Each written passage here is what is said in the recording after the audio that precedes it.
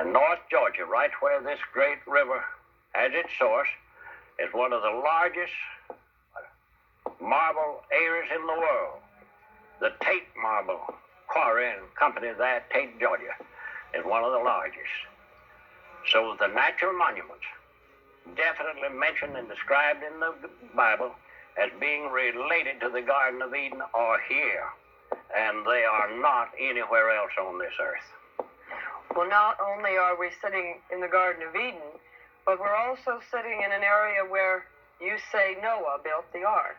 Noah built the ark out of gopher wood, which God selected himself for him to build it out of. Is this the only place that you know of? This is the only place on this earth where it has ever grown. It's the most peculiar wood on earth.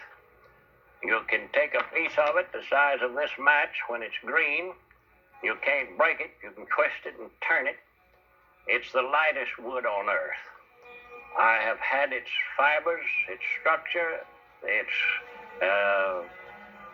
every phase of it chemically analyzed. There's no other wood on earth like it. It's the lightest. And Noah built the ark out of wood not very far from where you and I are sitting here at Torrey State Park. It was loaded, and then it floated 5 months and landed on Mount Ararat, where we know definitely that it's now embedded in the ice. Now, there are four rivers that are necessary for the Garden of Eden. What are the four rivers here? A river went out of Eden to water the garden, says the 2nd chapter of Genesis, and it parted and became into 4 heads. The Pison, the Gison, the Hiddekel, and the Euphrates. That is the only 4-head river system on this earth. Have you heard about this program? Americans can now claim a no-cost immunodeficiency genetic test kit. That is the only 4-head river system on this earth. When the idea or the notion or the belief that the Garden of Eden was somewhere else or over in Europe or in Africa or someplace over there, the Western Hemisphere was unknown.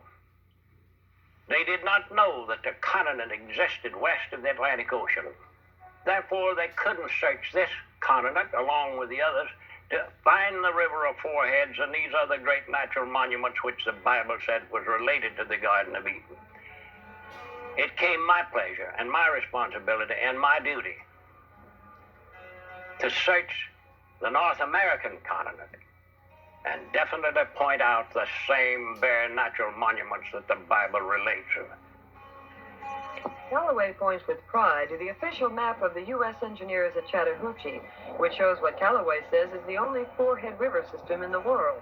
That is a system described in the Bible, where in Genesis, the river flowing out of Eden, which waters the garden, parts and becomes into 4 heads.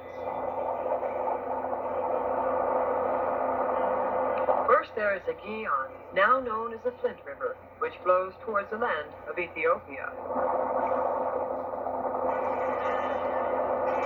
Then the Euphrates, the Spring Creek River, whose name was transferred to the Middle East after the flood. The Hiddekel River is Fish Pond Creek River, which borders the land of ancient Assyria. And finally, the last of the 4 rivers, the wide and lovely Pison, the Chattahoochee, today a river of trade and commerce. The Apalachicola seems an unlikely name for the river flowing through Eden, but here, according to Callaway, is the heart of the garden. This peaceful river is the life source of the lush vegetation of the original habitat of the first man and woman. According to Callaway, the names of these rivers and the land surrounding them were transferred to the other side of the world when, after floating in the ark for 40 days and 40 nights, Noah and his family landed on Mount Ararat in Turkey. The legend of the Bountiful Garden, too, was transferred to the Middle East, where archaeologists have searched in vain for a 4-head river system, such as described in the Bible. Well, Mr. Callaway, everyone knows the story about the Garden of Eden and the Tree of Knowledge. Do you know where the Tree of Knowledge existed in this garden, and was it an apple tree? This is an awesome answer. The word apple or the plural apple is not even mentioned in the book of Genesis. That's been added on by fiction and superstition. The Bible Catholic mentions Church. apple or apple 3 times, but it's speaking of the apple of the eye because it's in the shape of some apples, you know. The tree of knowledge of good and evil is a spiritual tree. Kabbalah. God told Adam and Eve in the Garden of Eden in the 16th verse of the 2nd chapter of Genesis, of every tree of the garden, of the fruit of every tree of the garden, thou mayest freely eat. There was not any forbidden fruit in the garden. But he told them in another verse, there's one in here, that if you eat that, you shall die. That's the fruit of the tree of knowledge of good and evil. Mother Eve thought a good long time before she made up a decision whether or not to eat the fruit of the tree of knowledge of good and evil.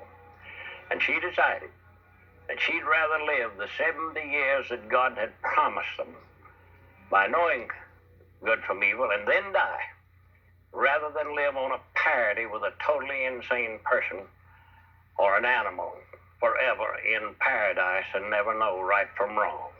Hear, hear. Good job, Eve. There is a certain magic here in the heart of these woods, for they are special woods to one man. To him, this sanctuary of nature is more than interesting, its loveliness more than coincidental. It is planned and deliberate. The beauty of this forest contains not only the serenity and quiet of unspoiled and unpillaged land, but the mystery of life and creation itself. The idea, the intimation, and finally for him, the proof that this is Eden, crowns this green glen, that wooded hill, this flowing river, with purpose. They are tangible elements of a beginning that is buried in the hearts of all men, a beginning shrouded in the mists of time and tradition, a beginning that is believed but unproven. For where, after all, did it happen? Was it here or there, east or west, in a now modern city or in a forsaken desert where no man lives?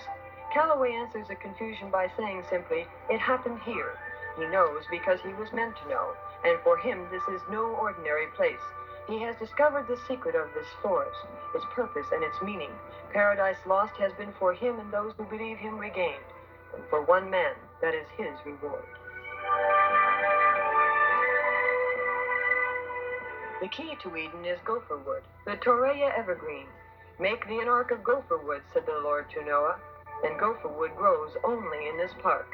The tree produces a buoyant wood that would be suitable for the building of an ark. The logs of petrified gopher wood which Callaway discovered here, he said, were sawed off good and smooth, just like a chainsaw would have done.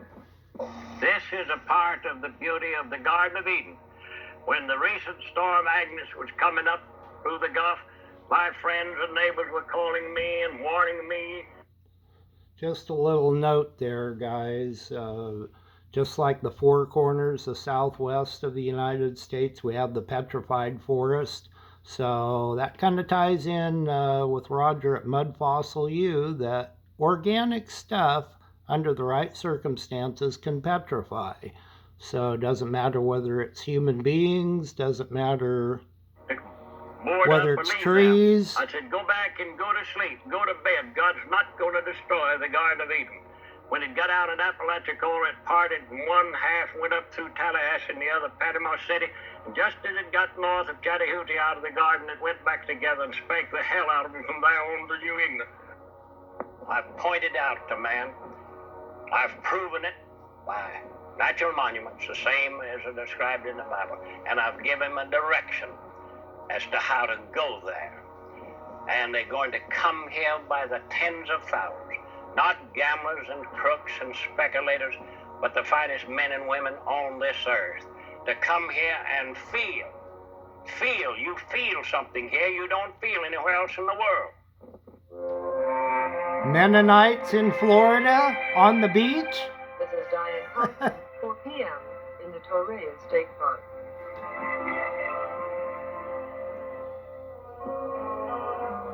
Old World, Florida, guys. If you ever get a chance, check him out. Roger at Mud Fossil University, and maybe check out the book Ovid, Metamorphoses, how to change things organic into rock.